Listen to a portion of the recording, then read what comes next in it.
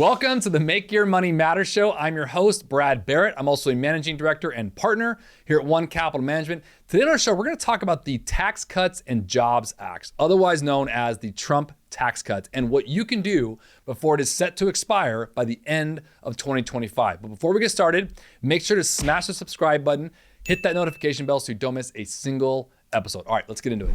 So many of us know the Tax Cuts and Jobs Act, otherwise known as the Trump tax cuts, that were put in place in 2017. They're set to expire by the end of 2025. I understand that's still a ways out, but I wanted to share today on the show, I think a lot of questions that I've recently been getting to prepare for this. And I want to talk about a few things of how and what we can all do. Now, as we all saw, the jobs and tax cut, it brought sweeping changes to the tax code for really both businesses and individuals. Now, along with the large permanent tax cuts to corporate profits, the Trump tax law lowered individual tax rates by basically restructuring the overall tax brackets. It basically doubled the standard deduction from $13,000 to $24,000. It decoupled the income threshold for capital gains taxes from ordinary income tax brackets. And it ultimately, really, that was to benefit higher income tax payers. And it effectively doubled the lifetime gift and estate tax exemption from $5.5 million to over $11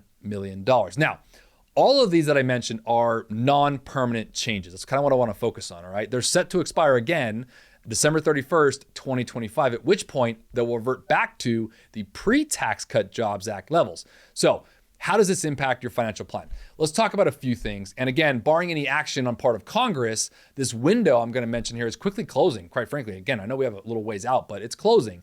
And it's closing because of several tax mitigation benefits that are afforded to us currently by this Jobs and Tax Cut Act. Now, certainly there remains time, I think, for, if we look at it, to reach an agreement that would extend some of these provisions, at least.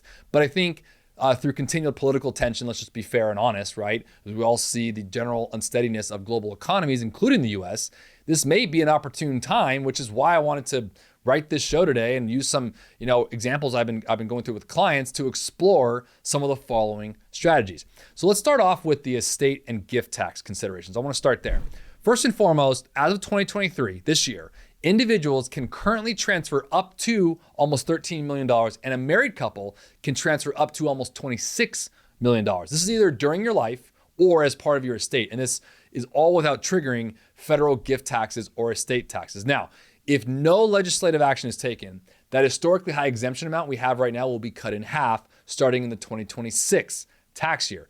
Now, as a result of that, if your taxable assets exceeds the existing exemption amount, here are some estate planning strategies that I've gleaned off from some attorneys I work with, I've seen from clients that might provide some benefit to explore. But as always, make sure you talk with an estate planning attorney or a tax advisor about your specific situation. And by the way, even if you're not at those estate level limits I mentioned, which sound pretty high, if you have any inclination that you might be there, stay tuned here, all right? So number one is this, annual cash gifts. Now, you're permitted to gift currently up to $17,000 a year, or that's a $34,000 a year gift for married couples that are filing jointly, okay?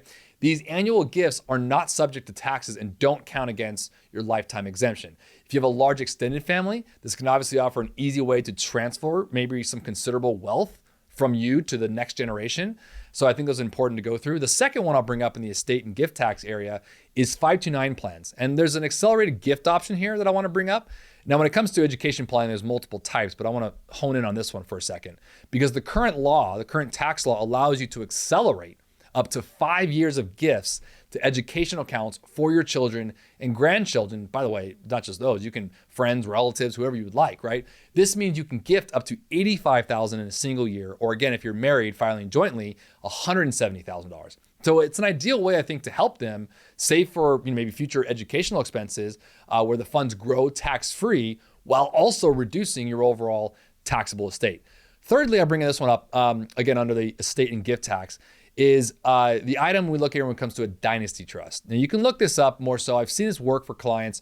If you haven't yet used a major chunk of your lifetime gift and estate tax exemption, you may want to consider establishing a dynasty trust. Now, again, it's a great way, if you look into it, to provide, I think, multiple or future generations for as long as state law permits to trust to exist and a future trust asset income on this strategy. And any appreciation can then be transferred between subsequent generations without estate or gift taxes. Now, by the way, by funding the trust with something like an insurance policy, a life insurance policy, you can actually further increase the trust value, which again leads me into an ILIT, an ILIT, an irrevocable life insurance trust. This is my fourth one I bring up here. Again, I've spoken with many clients before in my past nearly 2 decades of being an advisor. It's a great scenario here. You can purchase a survivor policy that's owned by an ILIT, an irrevocable life insurance trust, and it's one of the more common ways to transfer wealth outside of your taxable estate. So take a look at some of these as it relates to estate and gift tax considerations. As always, I mentioned before, make sure you consult with an estate tax attorney or your tax advisor on those. But I want to shift over now to income and capital gains considerations and what we can look at between now and the next, let's say, 2 years. Since income tax brackets are also slated, again, to revert back to, again, pre-Trump tax cut era levels, for example, the top tax bracket increasing to 39.6 if it reverts back from its current 37%. So I think, the many wealthier taxpayers can expect a measurable increase in their overall effective tax rate. Now, obviously, in light of this, you may want to explore, which I'm bringing this up today, some opportunities to potentially accelerate income when and where possible over the next couple of years to take advantage of the current lower tax brackets. Now, there's 2 in particular that I bring up here, at least on the show. One is kind of more of a traditional, conventional one, which is converting a traditional IRA to a Roth. Now, whereas, think RMDs for a second. On a traditional IRA, RMDs are required. There's also some changes on that a little bit in terms of the ages of 72, 73, depending on your birth year. But I think it's important to know on a traditional IRA, you will have RMDs. That is not the case on a Roth IRA. So there's no requirement for RMDs on a Roth, and all future growth and distributions in a Roth are tax-free. Whereas the traditional, not only do you have RMDs, you also are going to pay ordinary income tax on that if you distribute the money, as well as if you distribute the money before the age of 59 and a half, you also pay a penalty. Now, in the Roth IRA, you won't pay taxes on it as long as you abide by 2 main things, which is have the Roth IRA for at least 5 years and be above the age of 59 and a half. Now, converting your traditional IRA to Roth before 2026, you will pay the income tax liability up front, but again, at a potentially lower tax rate, right? Rather than at the time of distribution. So again, this is where you want to consult your tax advisor, but it could be something to bring up here. The second one I'll bring up here is harvesting capital gains, especially in the next 2 years. Right now, if you anticipate potentially higher capital gain rates in the future, which is something that this jobs and tax could revert back to, you might want to consider selling maybe some of your highly appreciated securities or gifting them, if you like, back to my estate example, just to get it out of your state. Because prior to the expiration of the Trump tax era, I think this is really important to look at it because, again, it's going to sunset at the end of 2025. Now, obviously on harvesting gains, while such sales, if you look at it, would produce a taxable gain, again, it might be less than the tax you would pay in the future. By the way, there's also the wash rule you want to consider here, and they only apply to harvesting losses and not gains, so you could then essentially turn around and repurchase the same security at a stepped up cost basis to ultimately help reduce future recognized gains while still retaining the investment itself. So you can work with your investment manager and your tax preparer on this, but check with both of them on that. And overall, let me just say this. I think in general, putting an effective plan in place, I think right now is paramount here. I mean, none of us knows what the future holds. And